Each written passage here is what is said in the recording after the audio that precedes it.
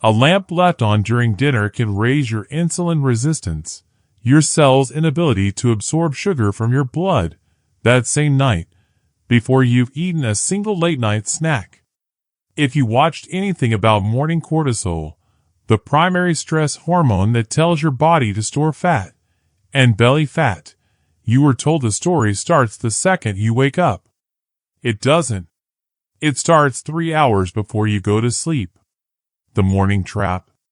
Most wellness advice treats your body like a computer that completely reboots the moment your eyes open. You are told that your first 60 minutes decide everything. Get sunlight, don't check your phone, delay your caffeine, and wait to eat. But your endocrine system, the network of glands that produce your body's chemical messengers, does not have a reset button. It has a continuous, rolling biological clock. Think of your hormones like a high-speed train. If the train is derailed at midnight, it doesn't matter how perfectly you pave the tracks at 7 a.m. You are still starting your day in a hormonal train wreck. To fix the morning, we have to look at the exact domino chain that falls while you are winding down the night before. Step 1. The overhead dinner light. Our chain begins the moment you sit down for dinner. For most people, this happens under bright overhead kitchen lights, a glowing dining room chandelier, or a television screen playing in the background. This bright environment triggers a profound physiological shift. Northwestern University researchers tested this directly by exposing healthy adults to bright light during an evening meal. The results were stark. Bright light exposure during an evening meal led insulin to be unable to bring glucose back down to baseline as effectively as it could after light exposure earlier in the day, resulting in higher peak blood sugar. This means that even if you eat the exact same food, under the exact same conditions, simply changing the brightness of the room changes how your body processes that food. Think of this process like trying to close a grocery store's register at the end of a busy holiday rush. If the bright house lights stay on, the customers keep lining up, the checkout lines never stop, and the cash register till never actually balances. When your eyes detect bright light at night, they send a panic signal to your brain's master clock. This signal tells your pancreas to keep pumping out insulin, but your cells refuse to listen. The result is a flood of glucose, the sugar floating in your bloodstream, with nowhere to go. Step 2. The natural evening dip. Here is what most people do not realize. Your body's ability to process food is naturally scheduled to shut down as the sun goes down. Your insulin sensitivity is not a flat line. It follows a strict circadian rhythm. Even if you stayed in a pitch-black room all day, your body's cells would still become more resistant to insulin as night approaches. Think of your insulin sensitivity like a massive warehouse loading dock. In the morning, the dock is fully staffed, the garage doors are open, and a giant crew is ready to quickly unload trucks of sugar. By 8 p.m., that warehouse is running on a skeleton crew of 1 or 2 tired workers. The same truckload of sugar that took 10 minutes to unload at breakfast now takes hours to process at night. Because of this natural dip, eating a heavy carbohydrate meal late in the evening forces your body to work overtime. When you combine this natural, biological slowdown with the bright overhead lighting we just discussed in Step 1, you create a hormonal traffic jam. Step 3. The late-night dinner compound. Now, let us stack a late dinner directly on top of those first 2 issues. When you eat close to your bedtime, you aren't just digesting food while trying to sleep. You are rewriting your genetic expression for the next day. A landmark randomized trial out of Brigham and Women's Hospital looked closely at what happens when we shift our dinner window. Researchers compared 2 groups of people eating the exact same meals, with one group eating 4 hours later in the day. They discovered that late eating increased hunger and altered appetite-regulating hormones, increasing the wake-time Ghrelin to leptin ratio, while also decreasing wake-time energy expenditure. In simple terms, eating late tricks your brain into thinking it is starving the next morning, while simultaneously slowing down your metabolism. But the study went even deeper, looking directly at the participants' fat biopsies.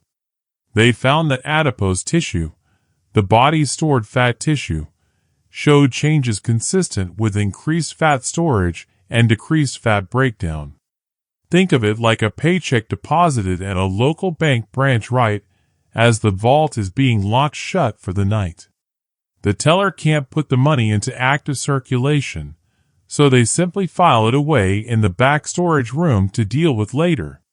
By eating late, you are forcing your body to store your dinner as fat because it does not have the active metabolic staff awake to burn it off as energy. Step 4. The non-dark bedroom. You finish your late dinner, turn off the lights, and finally climb into bed. But the hormonal damage isn't done yet. Think about your bedroom right now. Is there a blue LED light glowing on your television? A green light on your power strip? A soft hum from a street lamp bleeding through a gap in your window blinds? Most of us assume that as long as our eyes are closed, a little bit of ambient light doesn't matter. The science says otherwise. A Northwestern medicine study published in the journal PNAS examined what happens when people sleep with even a tiny amount of light in their room.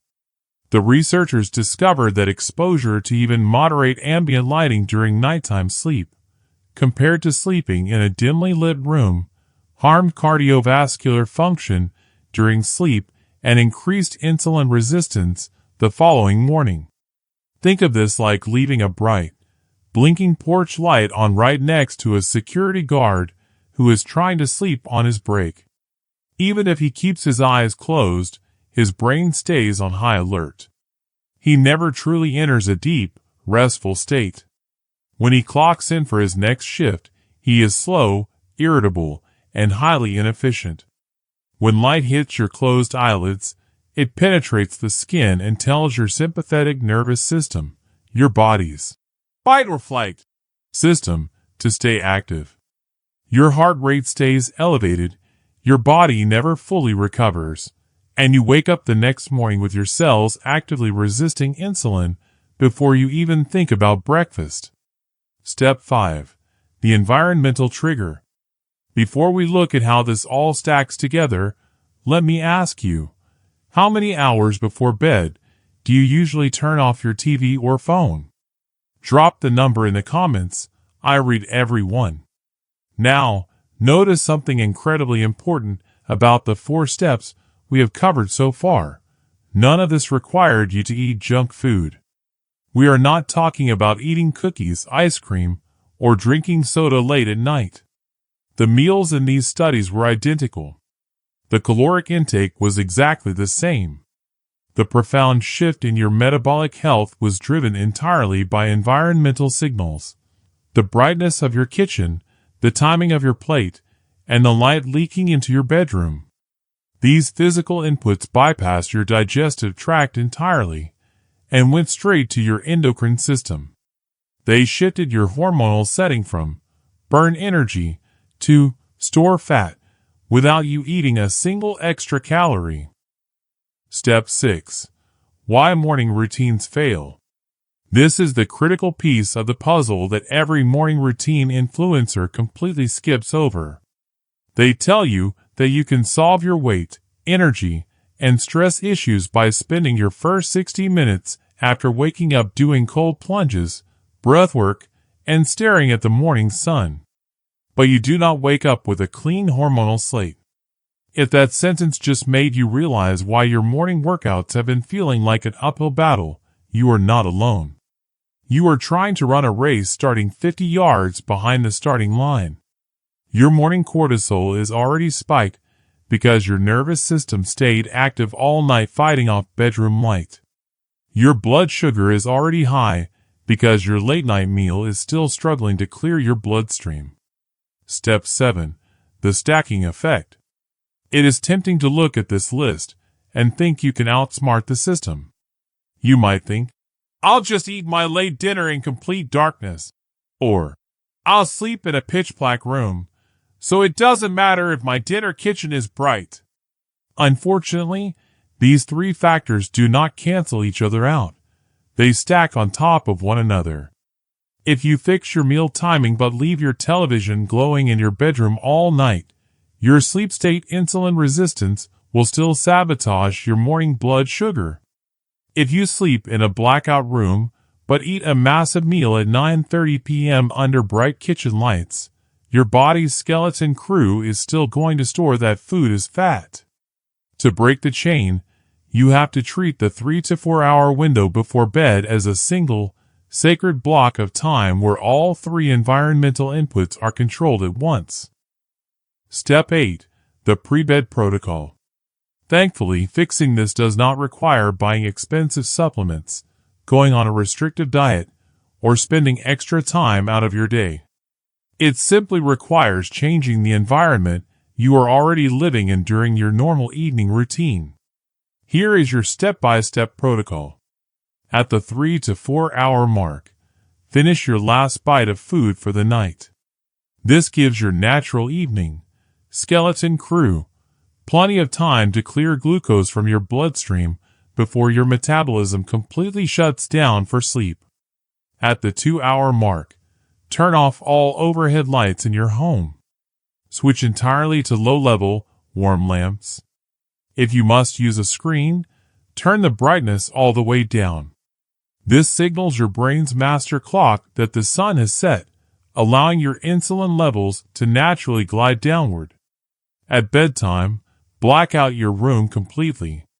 Cover every single LED standby light with black electrical tape, pull your shades tight, and ensure your phone is face down. By taking these simple steps, you align your environment with your body's natural evolutionary design. Your body doesn't start its day when you wake up, it starts the night before. Every week, this is exactly the kind of depth we go into. The real mechanism, not the headline version. Subscribe and tap the bell so you don't miss the next one. That's the only thing this channel does.